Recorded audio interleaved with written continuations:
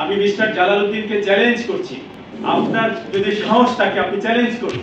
এই ছবিগুলো যে মিথ্যা, অনতি বিলম্বে এই ফেসিবাদের দোসর, বিএনপির প্রতি অবিশ্বস্ত, চাঁদাবাজ, দখলবাজ অ্যাডভোকেট জালালউদ্দিনের মনোনয়ন বাতিল।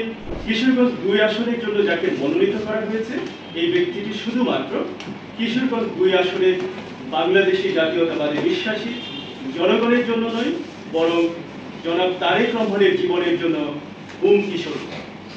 বিষয়টি স্পষ্ট করার জন্য অ্যাডভোকেট জালালউদ্দিন সাহেবের ফ্যাসিস্ট আমলের কর্মকাণ্ড, ৫ আগস্টের পরবর্তী সময়ের কর্মকাণ্ড এবং মনোনয়ন প্রাপ্তির পরে তার কর্মকাণ্ডগুলো তুলে ধরছি। অ্যাডভোকেট জালাল সাহেব হলেন কুখ্যাত কাহারাকন্দের ঘনিষ্ঠ বন্ধু ও সহচর। কাহারাকন্দকে এলাকায় প্রতিষ্ঠিত করার জন্য জালাল সাহেবের নিজস্ব শিক্ষা প্রতিষ্ঠান পলিগেন পাবলিক স্কুলের অনুষ্ঠানে পরপর ৩ বার প্রধান অতিথি করে নিয়ে আসেন এবং তারেক রহমানের বিরুদ্ধে ২১শে আগস্ট গ্রেনেড হামলা মামলার সম্পূরক চার্জশিট প্রদান করাকে আলোচিত ও সফল ঘটনা উল্লেখ করে ভূয়সী প্রশংসা করেন। সোহরাব হোসেন বিনা ভোটের এমপির সঙ্গে বসে আছেন অত্যন্ত ঘনিষ্ঠভাবে একই মঞ্চে। আরেকটি ছবিতে দেখছেন সোহরাবের সঙ্গে বসে আছেন হাস্যজ্জ্বল। আরেকটি ছবিতে দেখছেন নূর মোহাম্মদ সাহেবের পাশে দাঁড়িয়ে আছেন, একটু ধরে রাখেন। পাশে উপজেলা আওয়ামী লীগের চেয়ারম্যান ছিলেন পাকুন্দি উপজেলা পরিষদের মিস্টার রেনু, কুখ্যাত সন্ত্রাসী। এখানে যে আব্দুল কাহার আকন্দের সঙ্গে বসে আছেন, দাঁড়িয়ে আছেন, হাঁটছেন, তার নিজস্ব প্রতিষ্ঠান পলিগেন পাবলিক স্কুল, যেখানে তিনি নিজেই দাওয়াত করে নিয়ে গেছেন তাকে। এবং এখানে আরেকটি ছবিতে দেখতে পাচ্ছেন একই মঞ্চে তারা বসে আছেন। তো আমি যে ছবিগুলো দেখালাম, আমি মিস্টার জালালউদ্দিনকে চ্যালেঞ্জ করছি, আপনার যদি সাহস থাকে আপনি চ্যালেঞ্জ করুন। এই ছবিগুলো যে মিথ্যা, এই ছবিগুলো যদি বানানো হয়ে থাকে, এডিটেড ছবি হয়ে থাকে, আপনি প্রমাণ করুন। কঠিয়াদি, পাকুন্দিয়া তথা বিএনপির কাছে আপনার কাছে আমার ওপেন চ্যালেঞ্জ। ৫ আগস্টের পরপরই তিনি পাকুন্দিয়ার ৩টি বালুমহাল দখল করেন এবং উক্ত বালুমহালের সকল বালু লুট করে বিক্রি করেন।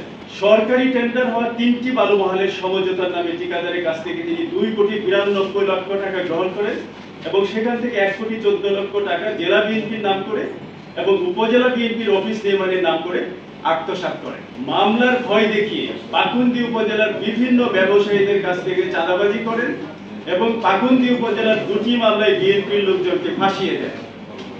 উপজেলা নির্বাহী অফিসারের রুমে চেয়ারে বসাকে কেন্দ্র করে ভিপি কামালের লোকজনের উপর ন্যাক্কারজনক হামলা করেন।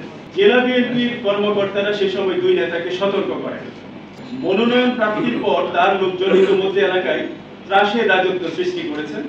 ১১ সিন্দুর ইউনিয়ন ছাত্রদল নেতাকে দোকান থেকে তুলে নেওয়ার হুমকি, হাসিমুখ ক্লাবের সদস্যদের সাথে তার কর্মীর হাতাহাতির ঘটনায় মামলা এবং পুলিশ দিয়ে বাড়ি বাড়ি তল্লাশি, ১০ লক্ষ টাকা চাঁদা না দেওয়ার এলাকার কট্টর বিএনপি পরিবার হিসেবে পরিচিত ব্যবসায়ীকে বৈষম্য বিরোধী মামলায় পুলিশ দিয়ে গ্রেফতার, প্রবাসী ২ বিএনপি কর্মীকে ফোনে মেরে ফেলার হুমকি সহ সম্প্রতি পাকুন্দিয়া সরকারি উচ্চ বিদ্যালয়ের মাঝে অনুষ্ঠিত ৩১ দফার আলোকে খন্দকার শামসুল আলম ফাউন্ডেশন মেধাবৃত্তি পরীক্ষার ফলাফল ও পুরস্কার বিতরণী সম্পন্ন হয়। সেখানে বিএনপির ভারপ্রাপ্ত চেয়ারম্যান জনাব তারেক রহমান প্রধান অতিথি হিসেবে উপস্থিত ছিলেন এবং ছাত্রছাত্রীদের বিভিন্ন প্রশ্নের উত্তর দিয়েছিলেন। আলোচিত অনুষ্ঠানটি যাতে সফলভাবে সম্পন্ন হতে না পারে সেজন্য ধরনের প্রচেষ্টা করেছিলেন এই অ্যাডভোকেট জালালউদ্দিন সাহেব। ফ্যাসিস্ট সরকার আমলে বিএনপির স্থানীয় নির্বাচন বর্জন করলেও জালালউদ্দিন দলীয় শৃঙ্খলা অমান্য করে মেয়র নির্বাচনে প্রতিদ্বন্দ্বিতা করে পরাজিত হন। দলীয় সিদ্ধান্ত অমান্যকারীদের বহিষ্কার করা হলেও ধরাছোঁয়ার বাইরে থেকে যান জালালউদ্দিন। অ্যাডভোকেট জালালউদ্দিন সাহেবের অতীত ও বর্তমান কর্মকাণ্ড কিশোরগঞ্জ ২ আসনের জনগণকে ভীত সন্ত্রস্ত করে তুলেছে। এই আসনের মানুষ মনে করছে অ্যাডভোকেট জালাল সাহেব নির্বাচিত হলে আবারও বাংলাদেশি জাতীয়তাবাদী কর্মীদের বাড়ি ছাড়া হতে হবে এবং এই এলাকা ফিরে যাবে ফ্যাসিস্টের দখলে, পুনর্বাসিত হবে ফ্যাসিবাদ। অতএব অনতি বিলম্বে এই ফ্যাসিবাদের দোসর, বিএনপির প্রতি অবিশ্বস্ত, চাঁদাবাজ, দখলবাজ অ্যাডভোকেট জালালউদ্দিনের মনোনয়ন বাতিল এবং সকল দলীয় পদ থেকে অব্যাহতি দেওয়ার জন্য সবিনয় অনুরোধ জ্ঞাপন করছি